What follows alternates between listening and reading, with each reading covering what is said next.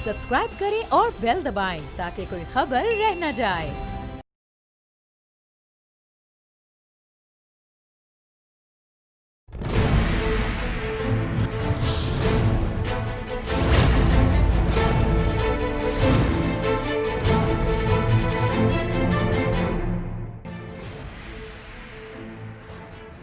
अस्सलाम वालेकुम, मैं हूं नूरुल आरफीन सिद्दीकी और आप देख रहे हैं मेरी जंग।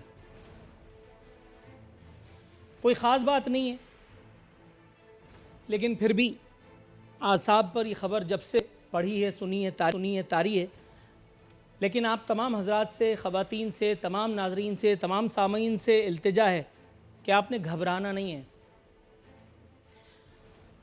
रियासत मदीना मॉड्यूल लेकर के सियासत में वज़ीर आज़म का ओहदा तक पा जाने वाले मेरे मोहतरम वज़ीर आज़म, जो बारहा दजला के किनारे मरने वाले किसी कुत्ते की मौत का जिम्मेदार भी हाकिम को गिरदाना करते थे किसी वक्त में, किसी एक दौर में कि जब वो अपोजिशन में होते थे, और जैसे ही उन्हें वजारत उज़्मा का मनसब हासिल हुआ, तमाम रिवायतें इल्ला माज़ल्ला उलट हो गई। अब दरियाए दजला तो छोड़िए, खुद कराची में, लाहौर में, इस्लामाबाद में, पाकिस्तान के किसी भी हिस्से में कितनी ही लाशें गिर जाएं, मेरे मोहतरम वज़ीर आज़म की पेशानी पर शिकन तक नमूदार नहीं होती। हाँ, अलबत्ता नसीहत वही है कि घबराना नहीं है।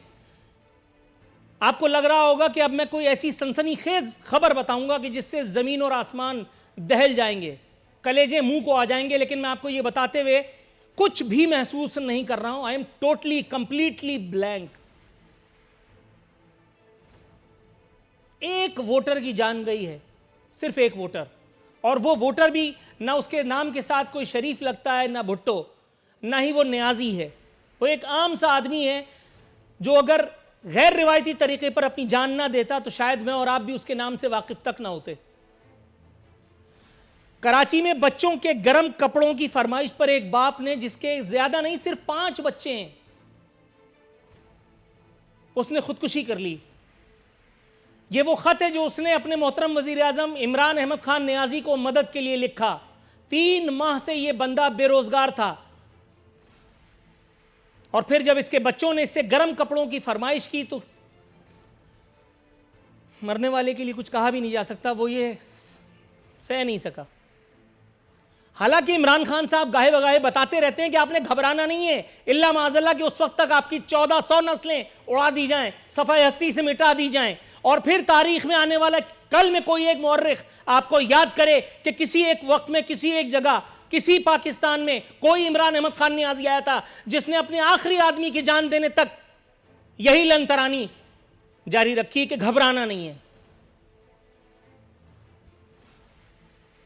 वज़ीर आज़म साहब ने आज इंकिशाफ फरमाया है कि हम उस रास्ते की जानिब जा रहे हैं जो पाकिस्तान को अजीम बनाएगा। Can you believe? Can you believe? रिदाए बेहिसी इसे ना कहा जाए तो और क्या कहा जाए। सानह साहिवाल में कुश्तों के पुश्ते लग जाते हैं, वज़ीर आज़म को कख पता नहीं चलता। PIC में डॉक्टर्स के ऊपर, मरीजों के ऊपर वकला कयामत ढा देते हैं, कख भी नहीं हुआ। ना मुल्क के निज़ाम इंसाफ को आग लगी, ना वज़ीर आज़म पाकिस्तान का कलेजा छल नहीं हुआ। उल्टा उन्होंने उस्मान बुज़दार की पीठ थपथपा दी कि शाबाश बेटा, लगा रहे, मैं हूं तेरे पीछे, और जो है मेरे पीछे वो कब तक है ये मुझे नहीं पता। वज़ीर आज़म फरमाते हैं हमेशा खुश रहना सिर्फ परियों की कहानियों में होता है। हुजूर, इसका यह मतलब हरगिज नहीं है कि आप हमें कोई एक सुकून का लम्हा न जीने दें सुकून से।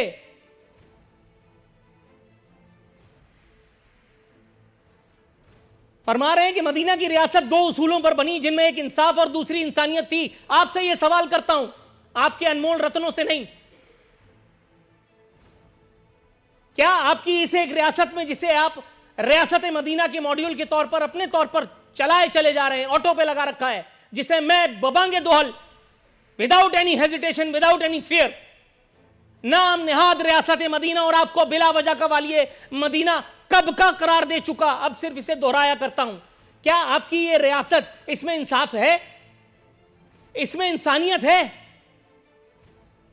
हुजूर दजला के किनारे मरने वाले उस कुत्ते का ख्याल छोड़िए, ये इंसान था। और इस जैसे और कितने वो बच्चे जिनको यतीम किया गया उस्मान बुजदार की नाक के नीचे, वो भी इंसान थे। क्या हुआ उनका पीआईसी में?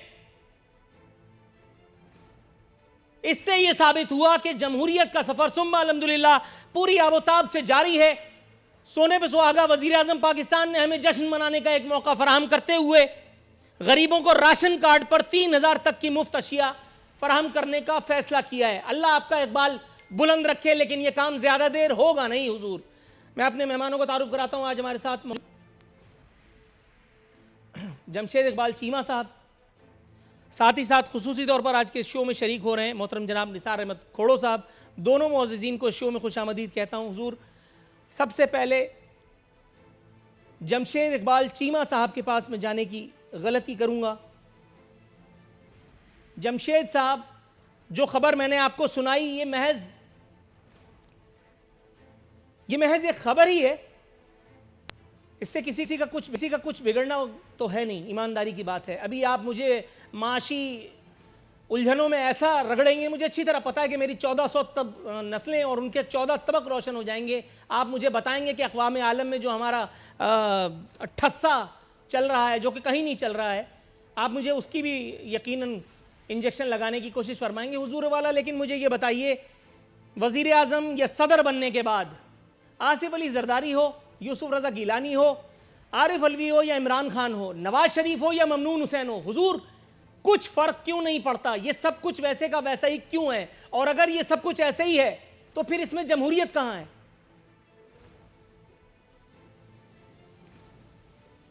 बिस्मिल्लाहिर्रहमानिर्रहीम। देखें नूरुल आरिफीन, बड़ी जो इम्पॉर्टेंट बात है, ये दो बातों पे आपने बड़ा सीरियस एतराज़ किया। एक ये कि जो इमरान खान कहते हैं घबराना नहीं है, और दूसरी बात आपने की कि मदीने की रियासत। देखें, मदीने की रियासत अल्टीमेट डेस्टिनेशन है, अल्टीमेट आप कह लें कि एक ख्वाहिश है जिसमें, और मदीने की रियासत में कोई पैसे नहीं थे, मदीने की रियासत में इमारत नहीं थी, बड़ी बिल्डिंगें नहीं थी, मतलब छोटी सी मस्जिद नबवी थी जिसमें लोग बैठते थे, भूखे होते थे, पेट पे पत्थर होते थे, लेकिन बरल इंसाफ वहाँ मौजूद है। सो ये आइडियलिज़म की बात है। सो आइडियलिज़म जो है, ये हर बात दुनिया की, हर ख्वाब दुनिया का आइडियलिज़म से शुरू होता है। आइडियलिज़म अचीव हो या ना हो, आइडियलिज़म होता नहीं है, लेकिन ख्वाब यही होता है, डेस्टिनेशन यही होती है। कहीं आप उसका 50% करते हैं, कभी 80% करते हैं, कहीं 90% करते हैं, लेकिन आइडियलिज़म से कभी किसी को न रोकें। दुनिया आइडियलिज़म की बुनियाद पे ही यही एक डेस्टिनेशन है, उसी की तरफ चलती है। दूसरी जो बात है, घबराना नहीं है, ये बेसिकली आप कह लें कि जो पॉलिटिकल लीडर है, पॉलिटिकल लीडर जो है होप का, उम्मीद का व्यापारी होता है, उम्मीद भर होता है, उम्मीद का पैगाम पहुँचाने वाला होता है। 22 करोड़ लोगों के दो हाथ हैं, 44 करोड़ इस मुल्क में हाथ हैं, 22 करोड़ मुंह हैं। बेसिकली लोगों ने खुद कमाना है, खुद खाना है, स्टेट ने उनको फैसिलिटेट करना है, स्टेट ने उनको इंसाफ फराहम करना है, स्टेट ने चीज़ों को इन आर्डर रखना है, बाकी लोग खुद करते हैं। और लेकिन करते तब हैं जब आप उनके साथ उनको होप देते हैं, उनको जगा के रखते हैं, उनको उम्मीद दिलाते हैं, आप कह लें कि उनको हौसला देते हैं। सारे लोग उतने सख्त जान नहीं होते, सख्त मेंटली स्ट्रांग नहीं होते, उतने पढ़े लिखे नहीं होते, उतने वेल अवेयर नहीं होते। लिहाजा आज जो लीडर का काम है वो अपने लोगों को होप देना, लोगों को उम्मीद दिलाना, लोगों को कि सुबह वो 8 बजे उठ पड़ें, बिस्तर से निकल आएँ, काम पे जाएँ, काम से रात लेट आएँ, अपने बच्चों को कलामी की गुंजाइश निकालते हुए सिर्फ एक छोटा सा जुमला अर्ज करूंगा और उसके बाद निसार खोड़ो साहब के पास जाऊंगा। बहुत देर से वो इंतजार की जहमत में मुब्तला है। हुजूर वाला जमशेद चीमा साहब, आपकी बात ठीक है कि ख्वाबों का, सपनों का, दावों का, नारों का व्यापारी होता है एक अच्छा सियासतदान, और जिसकी लॉटरी निकल आए या जो बहरहाल मनसब तक पहुंच जाए वो तो खैर सबसे ही ज़्यादा अच्छा हुआ। लेकिन हुजूर महज दावों का कारोबार करके अवाम पाकिस्तान को एक नाकाबिले बयान अजियत में मुब्तला रखना और तादेर, ये ज़रा थोड़ी सी नाइंसाफ़ी है। आप थोड़ा सा तवक्को फरमाइएगा, मैं आपकी तरफ आता हूँ। निसार अहमद खोड़ो साहब, हुजूर वाला ज़हमत की माजरत, बहुत देर इंतज़ार कराया। सर ये मुझे बताइए, बेहिसी की ये वाहिद कहानी नहीं है जो पाकिस्तान में या रियासत पाकिस्तान में इस वक्त हमें सुनाई दे रही है, या आज से पहले कभी इस तरह का कोई वाकया नहीं हुआ। आपकी नज़र किए देता हूँ एक छोटी सी खबर। सैयद मुराद अली शाह साहब फरमाते हैं कि सिंध के अवाम का इस्तेहसाल नहीं होने देंगे, और इनके इस दावे के बिल्कुल बरक्स ये खबर आपकी खिदमत में पेश करते हुए नहायत रंजूर खुद को पाता हूँ कि सिंध में पिछले 5 साल में 1300 अफराद खुदकुशी कर बैठे। रवां साल के दौरान ही सिर्फ 77 अफराद ने खुदकुशियाँ की, जिनमें 47 खवातीन शामिल थीं। एक और खबर के मुताबिक 2019 में ग़िज़ाई किल्लत के बायस थर के अस्पतालों में 820 बच्चे लुक़्मे अजल का निशाना बने। एक और खबर बताती है कि सिंध में 2019 में कुत्तों ने 2 लाख अफराद को काटा, 27 लोग जान से गए। हुजूर कुछ फरमाइए। मैं समझता हूँ सिंध हो या पाकिस्तान हो, उसमें इदारों की वो अहलियत नहीं है कि लोग उन पे रुजू करें और उनका तदारक हो सके। खुदकुशी करने वाले अपनी ज़िंदगी से तंग आके करते हैं, माशी सूरत-हाल से या फिर दूसरी किसी मामलों पर। माशी सूरत-हाल का सदबाब तो यही हो सकता है कि रोज़गार मिले, और रोज़गार के लिए बहुत सी चीज़ें चाहिए जो होनी चाहिए। ये ज़रूरी नहीं है कि हर एक को सरकारी नौकरी मिल सके, लेकिन ये ज़रूरी है कि हाँ, चाहे पत्थर कूटने वाली बात ही हो, चाहे वो मतलब बेलचा चलाने वाली बात हो, लेकिन कुछ न कुछ तो मिलेगा कि लोग कुछ घर में ले जा सकेंगे अपने खाने के लिए। चाहे प्याज और रोटी खा लें तो भी कुछ न कुछ खा लेंगे। गांव हो या शहर हो, मुफलसी का ज़माना जो काटता है उसको पता है कि वो किस तरह से काटता है, और फिर भी ज़िंदा रहता है और ज़िंदगी को अच्छा समझता है, इसलिए शायद ज़िंदा रहे। कोई मायूस हो जाते हैं तो खुदकुशी कर लेते हैं, और ख़ुदकुशी करना मतलब अपने आप को माना, ये मायूसी का शिकार तो हो सकता है, लेकिन ये कमज़ोरी का नहीं है। अपने जान देना बहुत बड़ा कदम है, मैं इसको इस तरह से समझता हूँ। हम इस वक्त तक, चाहे पाकिस्तान के इमरान खान का पाकिस्तान हो या पीपल्स पार्टी का हो, इन चीज़ों में काफ़ी पीछे हैं। क्योंकि रोज़गार पर बंदिश है, क्योंकि अभी भी है और कल भी थी। जी हुजूर वाला सुन रहा हूं मैं। तो बाज़ारों में भी रौनक सी कम हो गई, क्योंकि गरीब के जेब में कुछ टका बचा नहीं कि वो ले जाकर और कुछ न कुछ कर सके। इस पे सवाए अफसोस के मैं कुछ नहीं कह सकता। सर मैं इसी एक बात पर खुशी महसूस कर रहा हूं कि आपने इसको जस्टिफाई करने की कोशिश करने वाले हैं Arfeen Sahab. To be very honest, I am so very grateful to you sir. To be very honest, आपने अपनी इंसान दोस्ती का सबूत दे दिया, मैं आपका मशकूर हूं। हाँ, थोड़ा सा तवक्कुफ की इस्तदा है आपके साथ। रही मैं बात के मदीने की रियासत से पहले मैं कहता हूं कि इनको, जी sir please go on.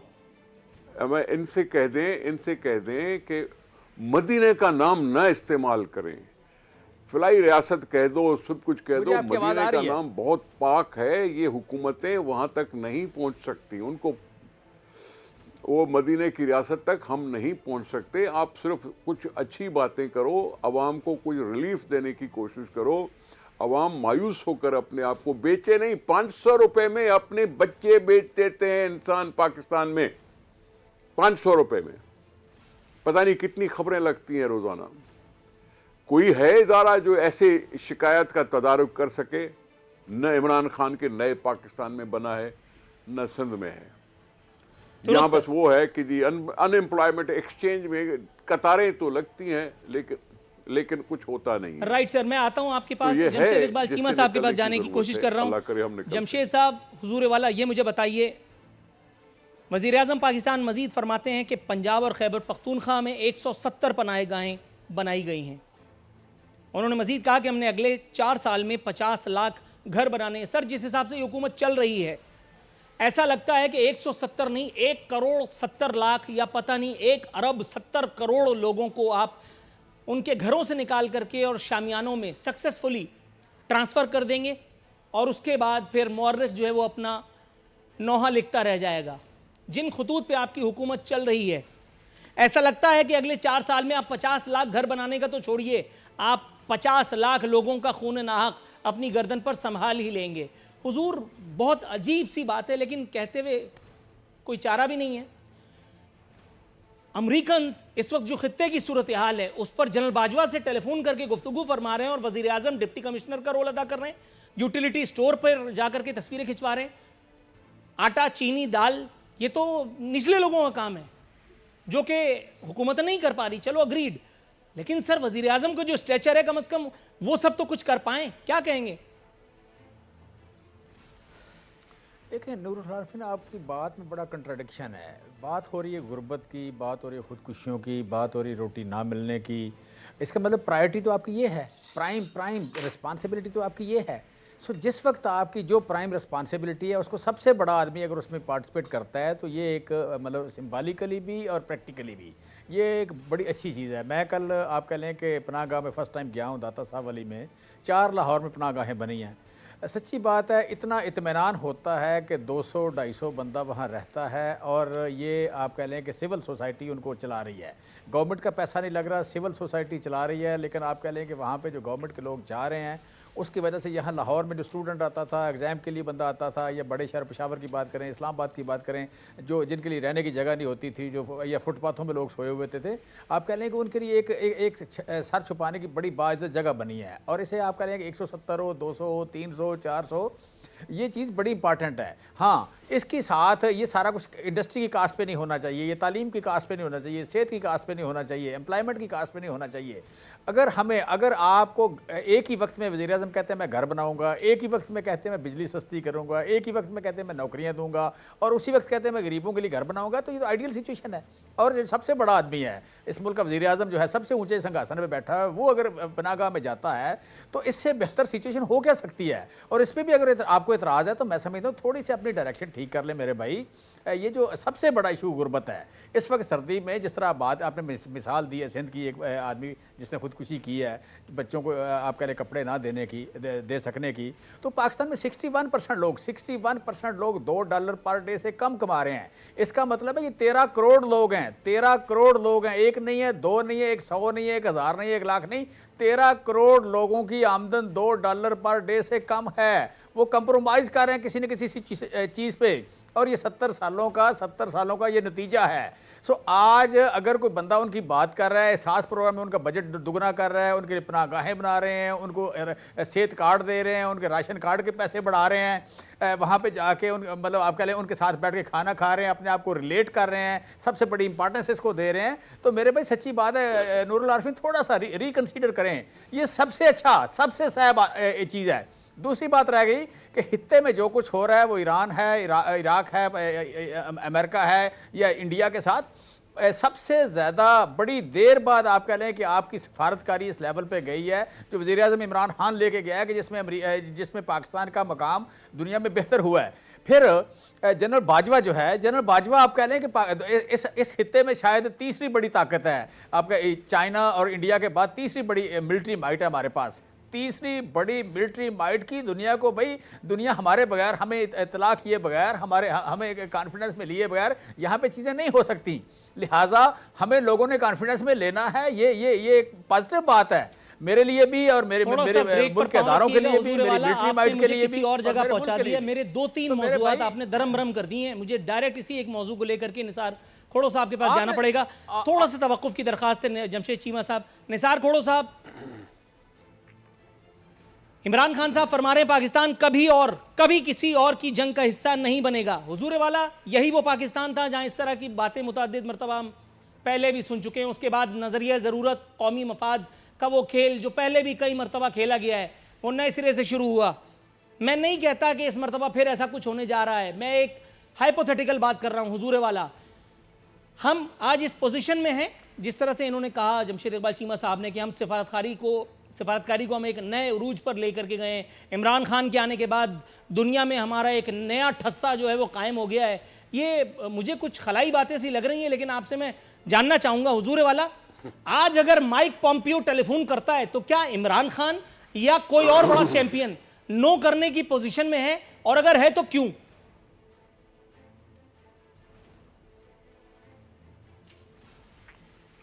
Sir, ये पाकिस्तान चिल्ला चिल्ला के कह रहा है कि हम किसी की जंग का हिस्सा नहीं बनेंगे।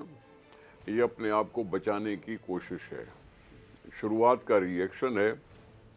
इमरान खान साहब या कोई उनके हिमायती जो भी बोले सो बोले, लेकिन इस वक्त हम कहीं के नहीं रहे।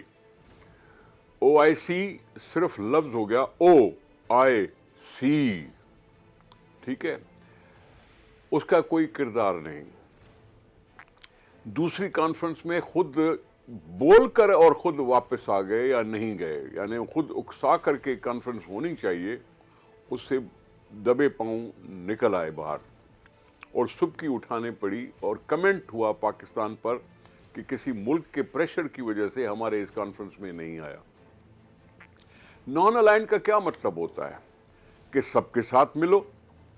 अगर नॉन अलाइन की बात है तो फिर सबके साथ मिलना चाहिए ना। आपकी तो इतनी कदर मंजिलत होनी चाहिए कि ओआईसी भी आपको कबूल करे तो कोई दूसरी कॉन्फ्रेंस भी आपको कबूल करे, फिर अपना किरदार अदा करे तो वो ठीक लगती है बात। चाइना है तो वो ठंडा पड़ गया, अमेरिका है तो जनरल साहब से बात करता है, प्राइम मिनिस्टर को पूछता नहीं है, प्राइम मिनिस्टर खुद कहता है वजीर खारजा को जाओ जी, उधर भी जाओ, उधर भी जाओ, उधर भी जाओ।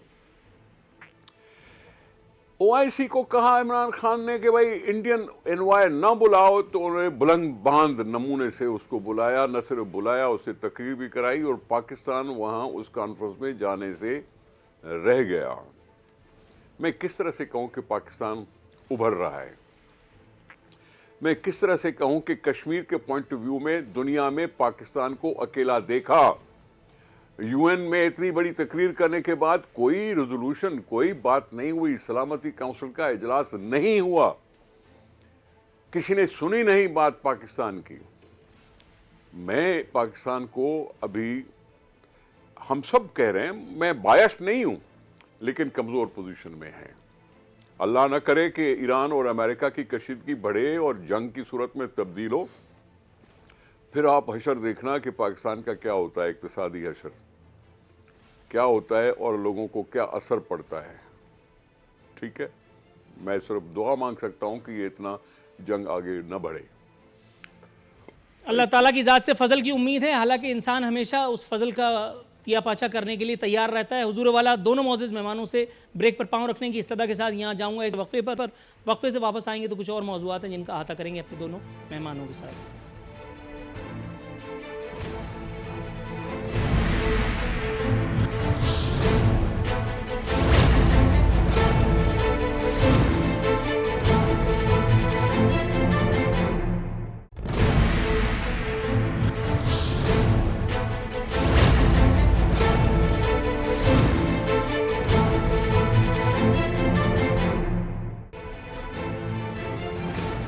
वेलकम बैक नाजरीन। बदस्तूर हमारे मेहमान हमारे साथ मौजूद हैं। जमशेद इकबाल चीमा साहब, हुजूर वाला, अब दोबारा ज़रा ग्राउंड पर आ जाते हैं। आरिफ अलवी साहब फरमा रहे हैं कि सबको हुकूक मिलने चाहिए। हुजूर वाला इतना अहम मनसब पाने के बाद इतनी खबर जान पाए मेरे मौजूद सदर, सबको हुकूक मिलने चाहिए, वो तो मैं भी जानता हूँ, वो तो रास्ता चलता है, आम आदमी भी जानता है, लेकिन ये हुकूक मिलेंगे कैसे, देगा कौन? जो सदर आता है वो ममनून हुसैन और आरिफ अलवी टाइप का आ जाता है, चाहे वो कराची से हो, चाहे वो पख्तूनख्वा से हो, चाहे वो बलोचिस्तान से हो, वो सारे ऐसी विद ऑल ड्यू रिस्पेक्ट, मतलब मैं क्या कहूँ, आप बेहतर समझ रहे हैं।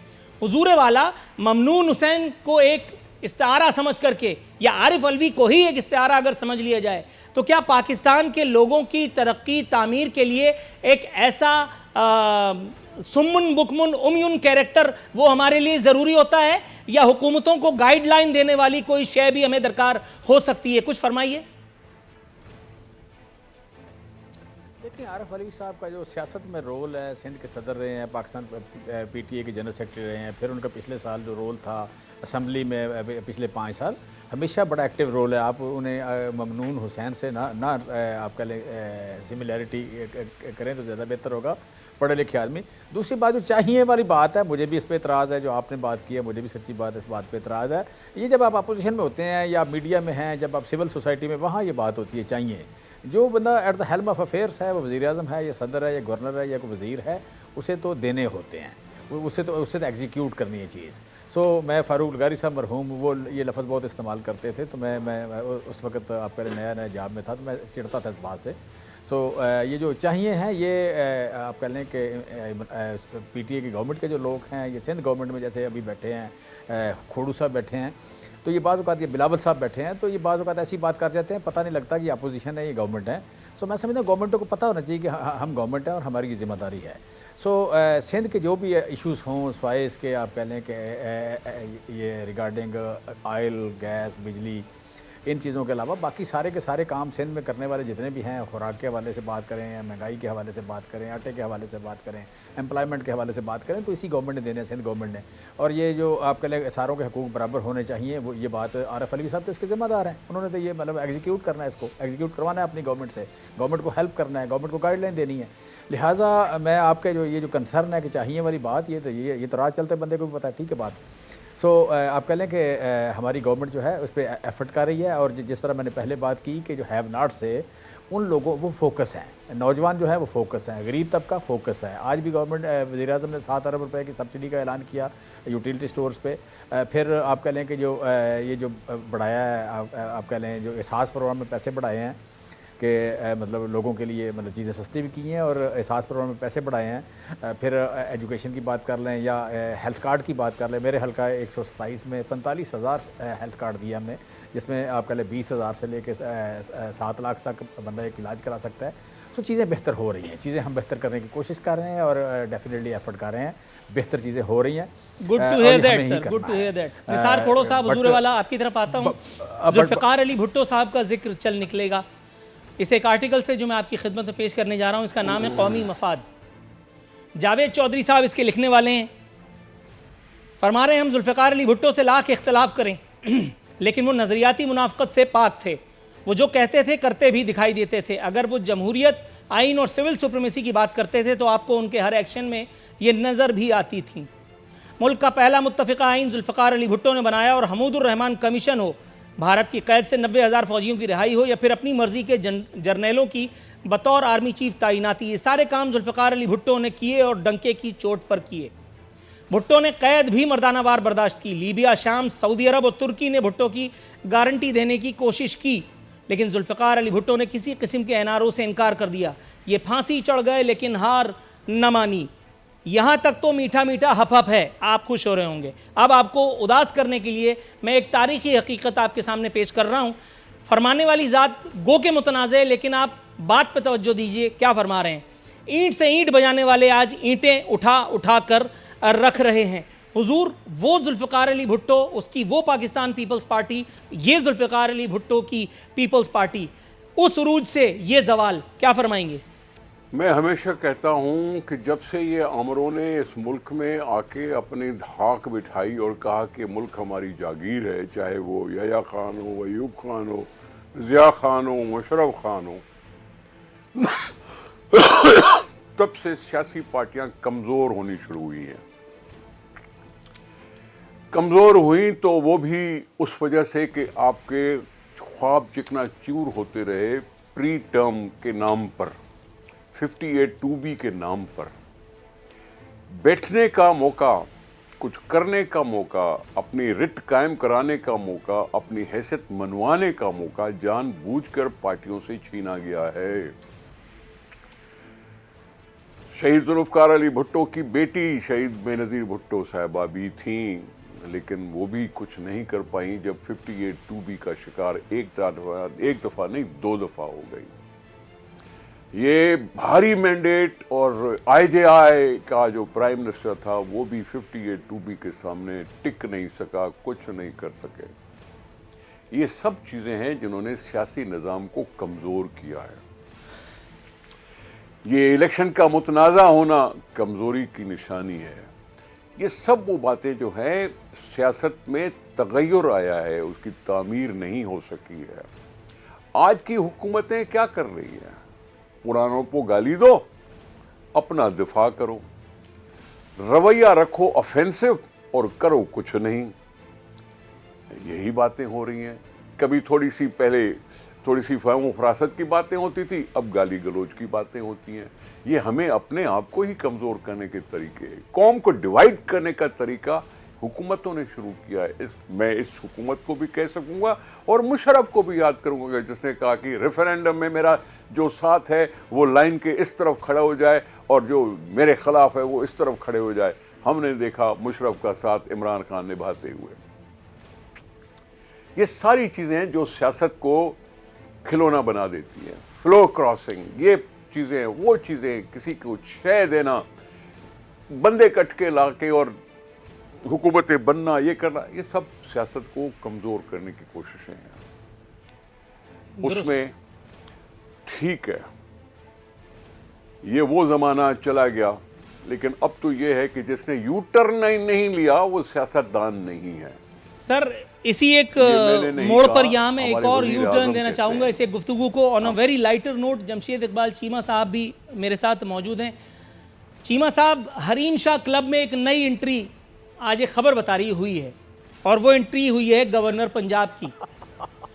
सर ये जो हुकूमत हम कई करोड़ पाकिस्तानियों के लिए लाए थे, ये बेचारी हरीम शाह, महविश हयात और मेरे ख्याल है 2-3 और ख़वातीन हैं मस्तूरात, ये उनकी नुमाइंदा बन करके और काम कर रही है।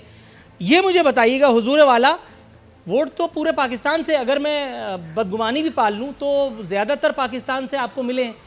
ये महविश हयातों को एम्बेसडर बनाना, उसके बाद फिर पूरा साल पार्लियामेंट से गायब रहना, फिर किसी ख़ास दिन छलांग मार करके पार्लियामेंट में पहुंच जाना, सुम्मुन बुकमुन का काम करना, उसके बाद शाम में एक तकरीर झाड़ देना और उसके बाद बताना कि जी बिल जो है वो सेनेट से भी मंजूर हो चुका। गोया कि इसी काम के लिए लाए गए थे कि ये काम कर दिया, अब बाकी पूरा पाकिस्तान जाए चूल्हे भाड़ में विद ऑल ड्यू रिस्पेक्ट। अब जो करना था वो कर लिया, अब आओ हरीम शाह के साथ सेल्फी खिंचवाएं। इसमें सवाल क्या है, पूछ क्या रहे हो मुझसे? अच्छा, ये एक बड़ा अच्छा सवाल है आपने। इसी मोड़ पे मैं यहाँ मैं बहुत शान से एक वक्फा लेना चाहूँगा, वक्फे के बाद डायरेक्ट आप तक आऊँगा और मैं आपको समझाऊंगा सर मैं चाहता क्या हूँ। ये भी अच्छा हुआ। नाज़रीन, एक कमर्शियल ब्रेक।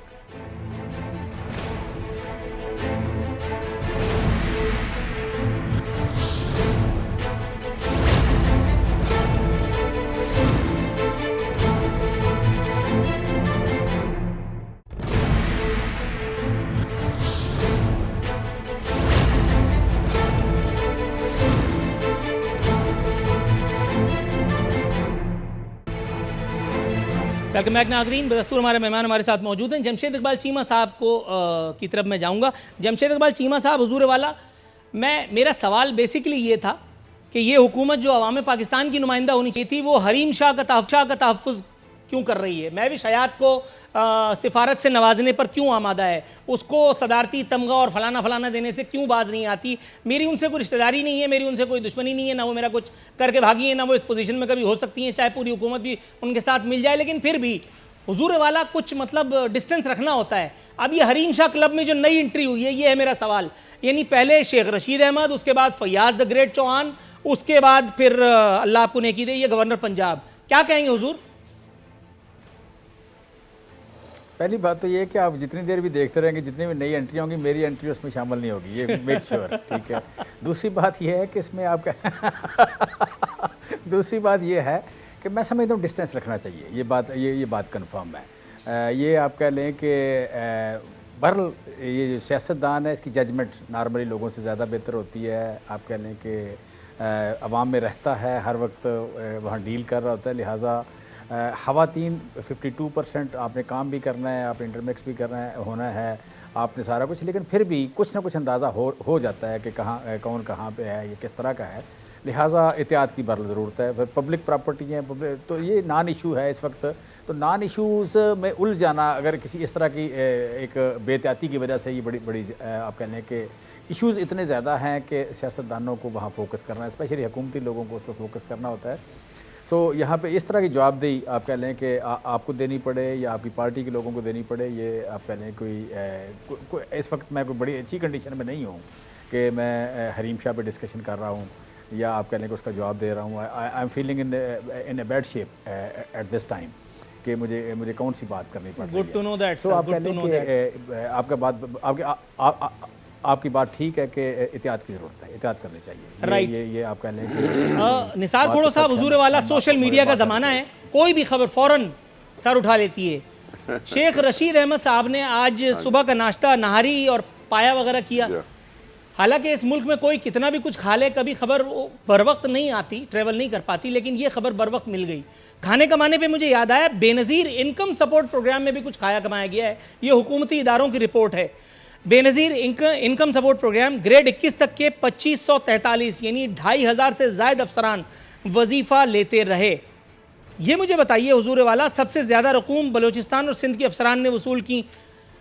फवाद चौधरी ने क्या गलत कहा है? कोई शर्म होती है, कोई हया होती है? इससे कता नज़र कि उन्हें खुद शर्म है, हया है या नहीं। बात तो ठीक है। मैं गुजारिश करूं कि 2,500 के नाम पर 8 लाख लोगों को बेरोजगार क्यों किया गया? 2,500 को सजा दो, उनको बदनाम करो, उनके बाद खोलो, पोल खोलो, लेकिन 8 लोग बेघर, ये गरीब लोगों को महरूम करना, ये तुक नहीं बनती कि हमने 16 अरब रुपए बचा दिए हुकूमत के। होना तो ये चाहिए था कि अगर थर्ड पार्टी एवेल्युएशन कराते, थर्ड पार्टी मॉनिटरिंग करते, सर्वे करते, जो नाजायज थे उनको काटते और इसका स्कोप बढ़ा देते, इसकी इनकम पर मंथ स्टाइपेंड को बढ़ा देते, तो वो तो कोई बात समझ में आती थी। लेकिन 16 अरब रुपए बचाकर उन्होंने क्या किया?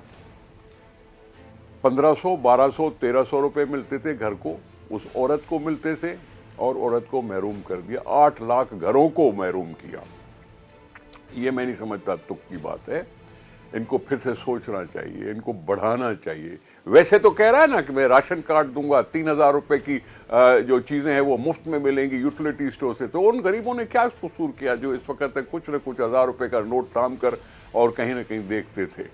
दुरुस्त है सर। प्रोग्राम की ड्यूरेशन जरा महदूद सी है। मैं जरा जमशेद इकबाल चीमा साहब के पास जाऊंगा जल्दी से, एक सवाल का मुख्तसर जवाब उनसे लेके फिर आपकी तरफ आऊंगा और फिर शो वाइंड अप करेंगे। जमशेद साहब हुजूर वाला, उस्मान बुज़दार फरमाते हैं कि हमारी तरजीह सेहतमंद माशरे का क़याम है। हुजूर अल्लाह का शुक्र है सारे बुज़ुर्ग तो टनाटन चल रहे हैं, मतलब कोई एक खांसी नज़ले का केस भी अभी तक रिपोर्ट नहीं हुआ। हाँ, अवाम डेंगू से ज़रूर मर रही है, वो मरती है तो मर जाए, मतलब उन्होंने तो 5 साल बाद ही वोट देना है ना, चंद 100 कम हो जाएंगे तो इससे ज़्यादा क्या फ़र्क पड़ जाएगा? अगर आप जवाब दें तो उसके बाद फिर मैं निसार खोड़ो के पास जाऊँ। देखिए, सेहतमंद के हवाले से अगर देखेंगे तो पंजाब में आप कह लें कि एनवायरनमेंट के हवाले से इनिशिएटिव काफ़ी ज़्यादा हैं।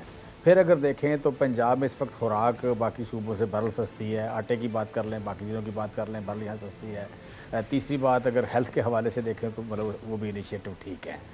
हेल्थ कार्ड के हवाले से देखें, सो अगर उस्मान बुज़दार कह रहे हैं, फिर डेंगू के हवाले से जो बात है कि डेंगू के मैंने पिछला रिकॉर्ड भी निकलवाया और इस साल भी जो कि मैं खुद भी कैंपेन का हिस्सा रहा हूँ। तो सर अनफॉर्चुनेटली मुझे वाइंड अप की कॉल दे दी गई है, पिछले सालों से ज़्यादा क्विकली आपको वाइंड अप करना पड़ेगा जमशेद चीमा साहब, 30 सेकंड्स ओनली। और जो लास्ट बात है, जो 8 लाख लोग जो निकाले गए हैं वो सारे इसी तरह के थे। ये जो आप कह रहे हैं अमीर लोग थे, गरीब लोग नहीं थे। और दूसरी ये 2,500 हैं, 2,500 लोगों के बारे में सर मैं एक लफ्ज़ बोलूँगा, गैर पार्लिमानी चवड़ लोग हैं ये। इतने गरीब लोगों का पैसा इतने अमीर लोगों ने खाया। इस तरह के लोगों के लिए कोई पार्लिमानी लफ्ज़ मेरे पास नहीं है कि मतलब आप कह रहे हैं आप कोई करैक्टर ही नहीं है, आप बाकायदा चवड़ लोग हैं कि आप मतलब आप 2,500 या 800 या 1,000 रुपये लोगों का ले रहे हैं और आप 21वें ग्रेड के अफसर हैं, 22वें ग्रेड के अफसर हैं। कोई आपका कोई करैक्टर, कोई शर्म, कोई हया, कोई कहीं कोई got your answer sir, thank you so very much Jamshed Iqbal Cheema Sahab, Nisar खोड़ो Sahab, really nice talking to you guys. था आज का प्रोग्राम, किस हद तक इससे कम इस्तेफादा आप कर सके इसका फैसला आप पर छोड़ते हुए यहाँ हमारे प्रोग्राम का वक्त अब खत्म होता है। कल इंशाअल्लाह ताला बशरते ज़िंदगी फिर हाज़िर खिदमत होंगे। फ़ी अमानिल्लाह।